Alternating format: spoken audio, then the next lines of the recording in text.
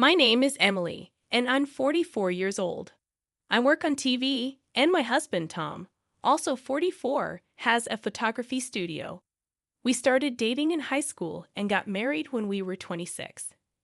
We were each other's first boyfriend and girlfriend. It felt like we were meant to be together, and we never really thought about being with anyone else.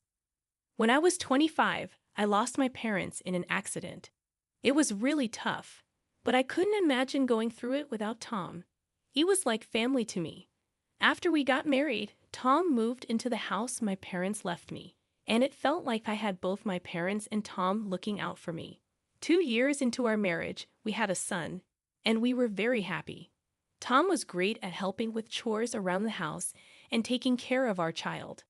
He was the ideal husband for a couple like us who both worked.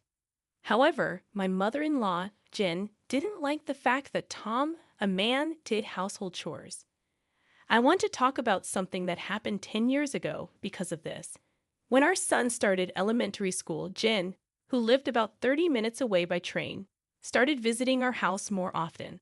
This was because after-school care at elementary school ended earlier than at nursery school, and we needed her help to pick up our son, who couldn't stay home alone yet.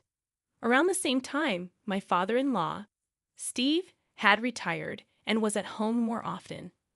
Jen had always been a housewife, and Steve couldn't do any household chores. So, whenever Tom naturally started preparing meals in the kitchen, she would say things like, "A man shouldn't be in the kitchen," or "I can't believe this." Our generation would never imagine such a thing.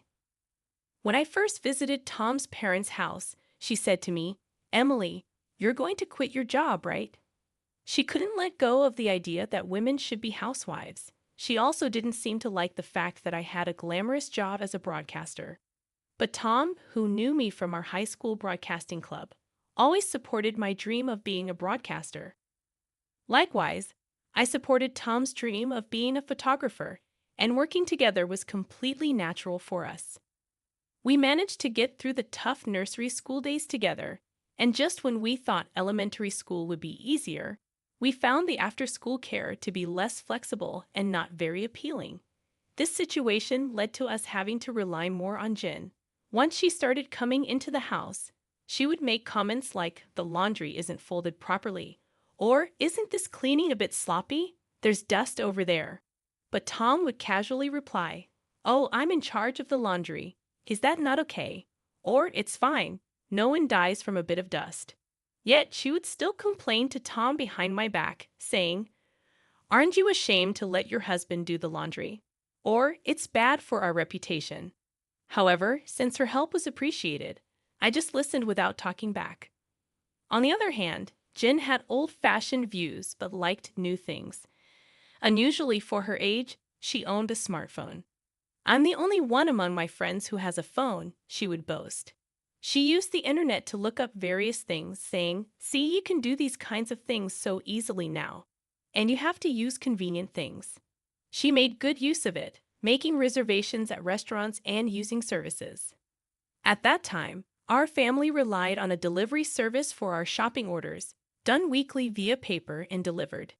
This, too, seemed to displease Jen. She would say things like, "You should just go shopping yourself, and the delivery fee is a waste."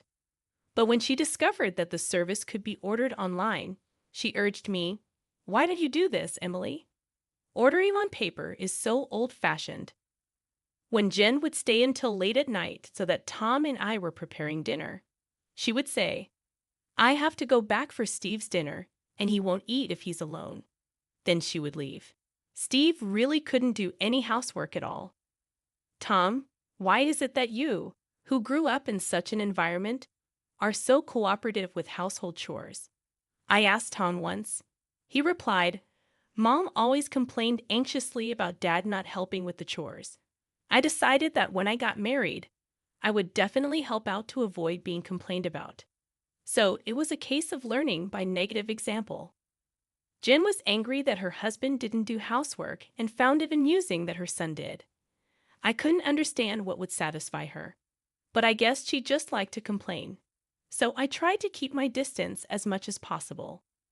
At that time, I had no idea that Jen was so cornered that she would end up doing something like selling our house without permission. Yes, that summer, I was offered a chance by my company to go on a 2-month business trip overseas to participate in a sports broadcast at the World Championship. It was a rare opportunity, and I felt rewarded for all my efforts. I couldn't pass up this chance, so I immediately consulted with Tom. He was busy with various things and said, "Of course, I want to help. But I'm not sure I can manage to take care of our son John while working," I said uncertainly. Then Jen, who was listening, offered, "Then I'll take care of things at home for a while." Despite my concerns due to past experiences, I had no one else to rely on and decided to entrust my son to Jen. We considered having Tom and John stay at Tom's parents', but it would be difficult to commute to school from there. So Jen decided to come to our house on weekdays. Then, I set off on my business trip, successfully completing the sportscasting work and managing to advance my career. Exhausted and relieved to finally return to the U.S., I arrived at my house on a weekday afternoon, a heavy suitcase in hand, only to be greeted by Jen at the entrance as if she had been eagerly waiting for me. As I was about to thank her for taking care of the house during my absence, she uttered something unbelievable. "This house sold for $300,000, so I'm taking the full amount." My tired mind couldn't comprehend what she said for a moment. "This house? Our house?" I asked in disbelief, to which she replied with shining eyes, "Yes, this house." Confused and struggling to make sense of the situation, I replied just that, and Jen burst into laughter, exclaiming, "What are you talking about, Emily? Why would you lie like that? There's a registration certificate in your name." I won't be fooled. She stood there, arms crossed, looking stern. Feeling the conversation was going nowhere, I decided to change the topic to calm her down. "Well, let's set that aside for a moment. Why are you selling it?" I asked. "What belongs to the wife belongs to the husband, and therefore to me. I'm using it to build a new house."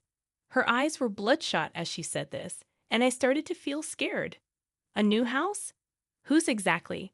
"Mine and my husband's." "And you guys will live there?" "This way, Tom won't have to do household chores anymore." "I've been so sorry for him," she continued. "I raised him not to do such things, and I won't allow Tom to do household chores in the future." She said this with a look of truth on her face. As I pieced together the story, it turns out that shortly after we got married, when Tom was in the kitchen, she told him to let me do such things. Tom had replied, "No, this house is Emily's. I have to do at least this much." Apparently, she had misconstrued this to mean that Tom was doing chores because he was living in my house. She always believed that Tom actually didn't want to do household chores and preferred to focus on his work. The idea of a working couple cooperating in household chores just didn't exist in her mind. Furthermore, I later found out that after Steve retired, his pension was less than expected, and he struggled to find re-employment. This led to them feeling insecure about continuing to live in their rented apartment. In desperation, they resorted to such an unthinkable action. "No, this house isn't mine, and Tom thinks it's normal to do housework," I said. But Jen interrupted me. "Lies, all lies.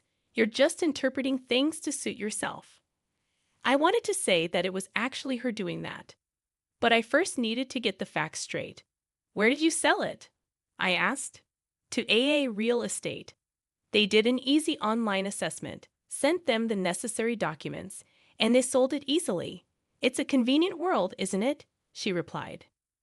It turns out she found an easy evaluation real estate agent online and requested the sale through them. The buyer was looking for a house in that area. "You won't get such a high price for a house this old anywhere else," they said. "They convinced me it was the right time to sell. That's why you should be grateful." Selling a 20-year-old house for $300,000. "I found a good real estate, didn't I?" she added. I looked up the real estate company online and found a website that seemed right. I tried calling them, but there was no answer. When I asked Jen if she had visited the real estate company at this address, she replied, "No, I didn't go there.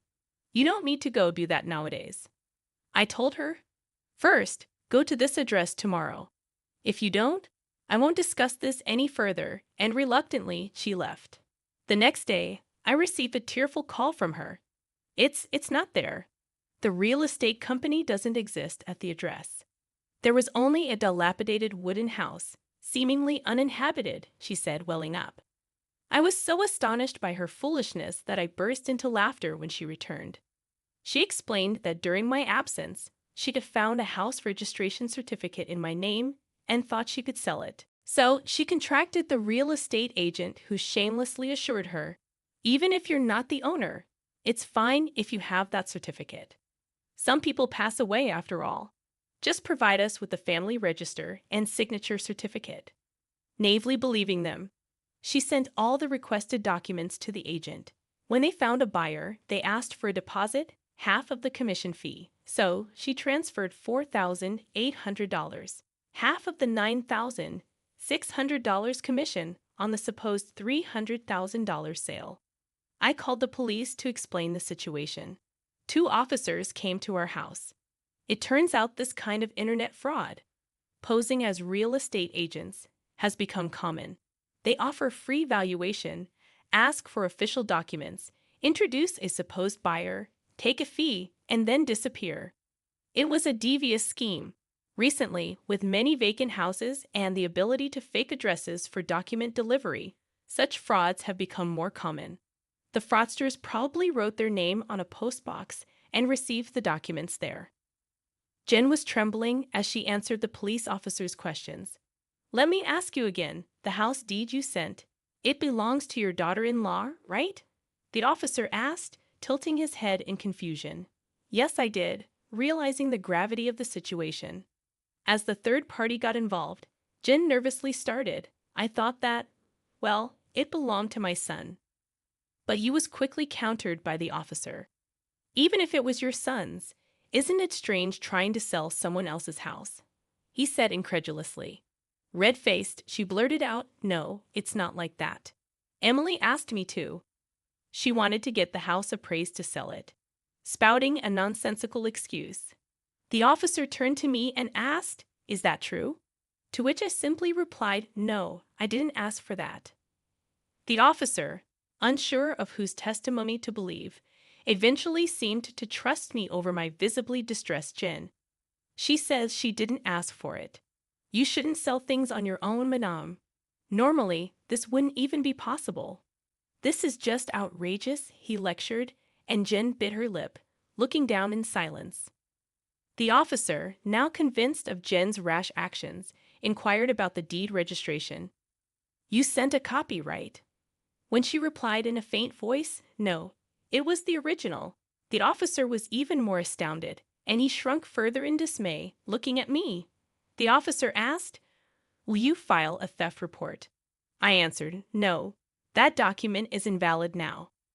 Actually, this house has already been sold to someone else. When we sold it, we could do so just with the registration identification information. The law had changed, so the deed registration wasn't needed. Indeed, I had received the deed when I inherited the house from my parents, but it was unnecessary when selling the house, so I kept it as a memento. Jen, unaware of this, thought that deed meant I still owned the house. Normally, real estate agents would request or retrieve a copy of the deed themselves for verification, but fraudsters didn't need such details. After all the embarrassment, she looked at me resentfully and muttered, why didn't you sell the house? It's a curse to sell your parents' home. People in flashy jobs are like this. I met her gaze and said, Tom wanted it. He needed a lump sum. Tom? Why? She exclaimed, her face turning even bluer with surprise at that time. Tom wanted to start his dream photography business, but didn't have enough funds. The house was our only significant asset, so we sold it to an acquaintance and rented it back. When I explained everything in one go, Jane's shoulders slumped as she muttered, so Tom's success now is because you sold the house, Emily. Well, I could say that, but I believe that spouses should stick together through thick and thin. We're in this together, I replied. Upon hearing this, Jane suddenly began to cry bitterly. I wanted to work too, she sobbed. My husband can't do anything, even now after his retirement. He does nothing. What has my life been for? Her litany of complaints against Tom continued, leaving the police officer struggling to complete the report. Ultimately, the fraud report was filed. But even after 10 years, the culprits have not been caught. It's unlikely that the money will ever be recovered.